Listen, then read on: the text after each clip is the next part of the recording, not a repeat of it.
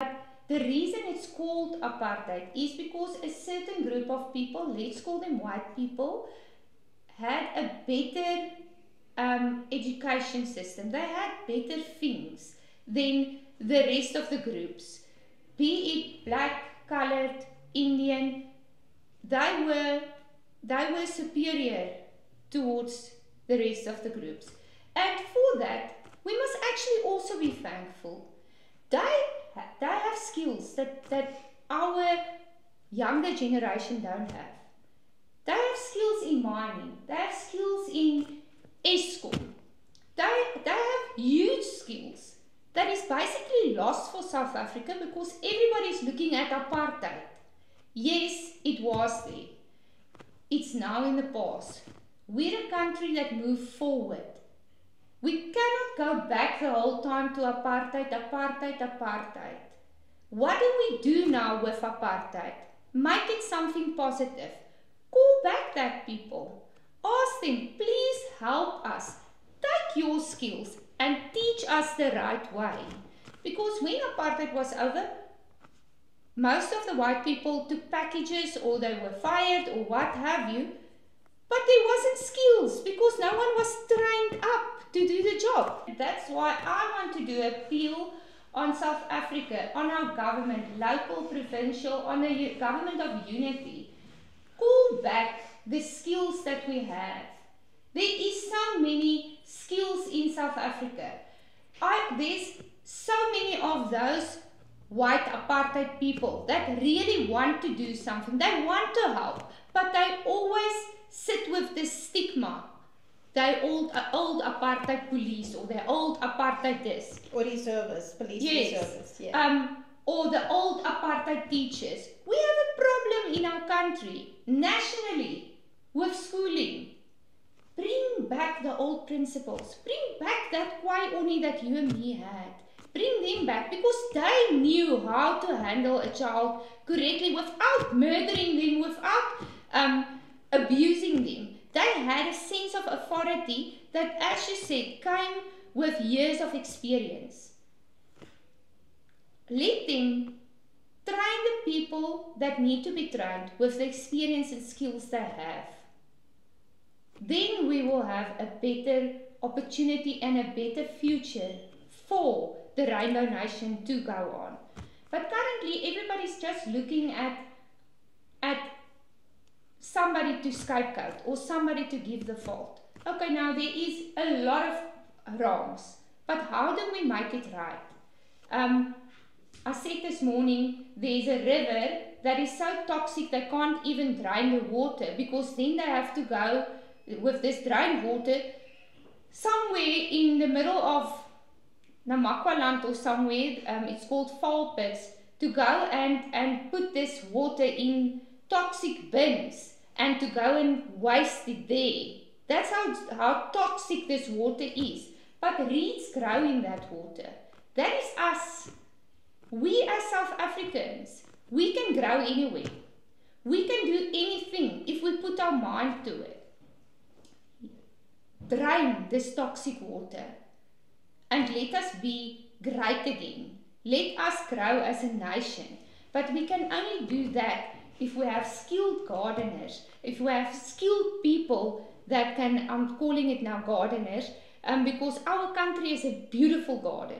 We just need to weed out those that don't belong.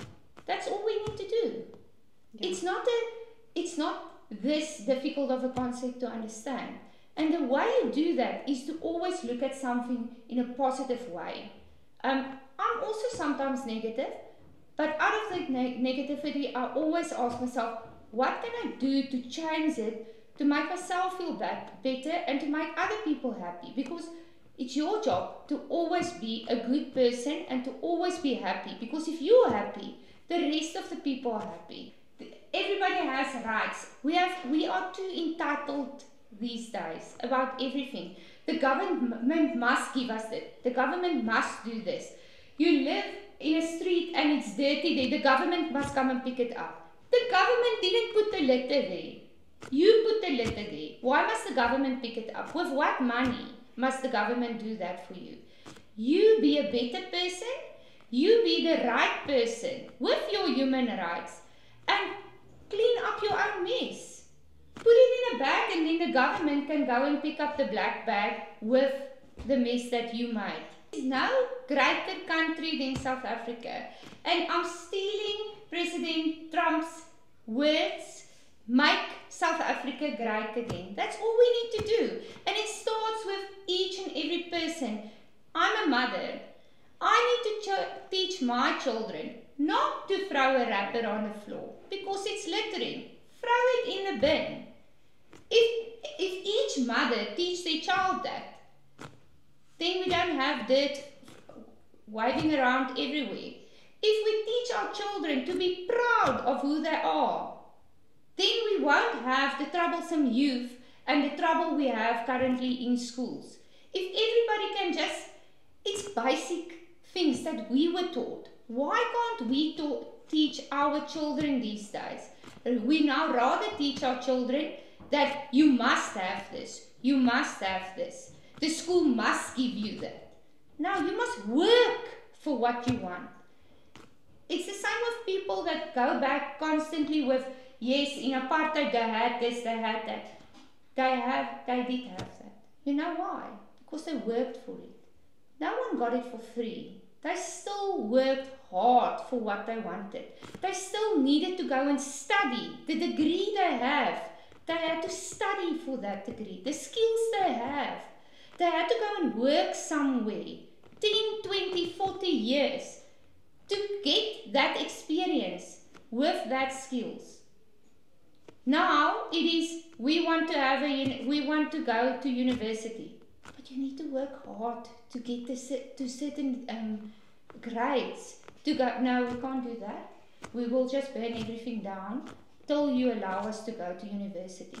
Now everybody goes to university and then everybody sits with a degree.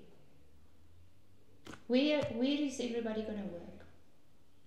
Now we're sitting with an unemployment problem because everybody, there's now, where they're supposed to, let's say, be 5,000 auditors, there's now 100,000 auditors. But there's only jobs for 4,000 auditors. Now a country says, okay, I'll take some of your unemployed people, but they must be white and they must be farmers. No, we can't do that. That's now racist and that. Please take them. Please, because they don't have a job here. Take them to your country. They can earn a living there. They can get a salary there. That salary comes back to us. That people that you take to your country, you're teaching them skills that come back to us at the end of the day. A tree, you can move a tree, but its roots will always grow. Their roots will come back to where the seed was planted. Always. So take them. Go and teach them. They will come back eventually. It won't be in a year, might be in 10 years. They might never come back. But their families is here and they will somehow teach their families that skills as well at the end of the day. Besides the people that you're now taking away that is unemployed, you're alleviating the pressure from government because government now had to give substitutes and SASSA grants and everything to that people. There's a fund for farmers mostly in the Northern Cape, droogte boere droogte hulp. People need to give money to that fund. Schools need to assist that farmers' children to give them free education because the farmer doesn't have money to pay for it. Farmer can go to America now, then he can pay because now the government in the meantime have to pay for that child to go to school, or a funder needs to pay for that child to be in school. So that farmer, his family is losing their sense of proudness because they can't look after their children. That creates a social problem again. You're putting me on the spot here. Now, there is crime in South Africa. We can't run away from the statistics and the statistics that's not being shown. But if I can admit that there is farm murders, but I can also tell you that 30 people have been shot this weekend in a coloured area in Cape Town. Isn't that a targeting as well? Can't coloured people then stand up and say, but we've been targeted? The biggest, the largest amount of drug addicts, concentrated amount of drug addicts is in the Western Cape. So isn't somebody then targeting the Western Cape's coloureds to feed them drugs, to suppress them? Is it then, if I must say only white people have been targeted, then you as a coloured can stand up and say that I feel my race has been targeted because you guys pump us full of drugs. We don't get education, good education. Gangsters are shooting our children. They're not shooting white children. They're not in the white suburbs. So yes, there is an element of crime, but same as bad people. There's bad people in every race that you get. You cannot, wat is die woord nou? Jy kan nie uitsonder. You can't,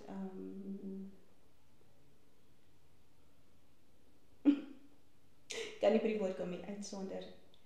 Separate, not separate. Wat is uitsonder in Engels? Exception. What do you mean? You can't, What does Afrikaans mean? that's what we want to... Dis exception wanneer It is exception, ek is reg. maar dit Het klink 'n bietjie anders vir jou, maar dit is exception. With the exception to, that is what you say. You can't say that it's a certain race that's bad. You can't say it's a certain color of person that is bad. There is bad people in each race. There is crime in each race. So I think it's unfair of AfriForum to say that only white people have been targeted. They can say farmers have been targeted, but that is an element of crime or an element of criminals that target farmers. As there is an element of criminals in the city areas, in the urban areas, that target houses to break into. So I think it's really unfair of them to make a statement, or very irresponsible of them to make a statement like that at the end of the day.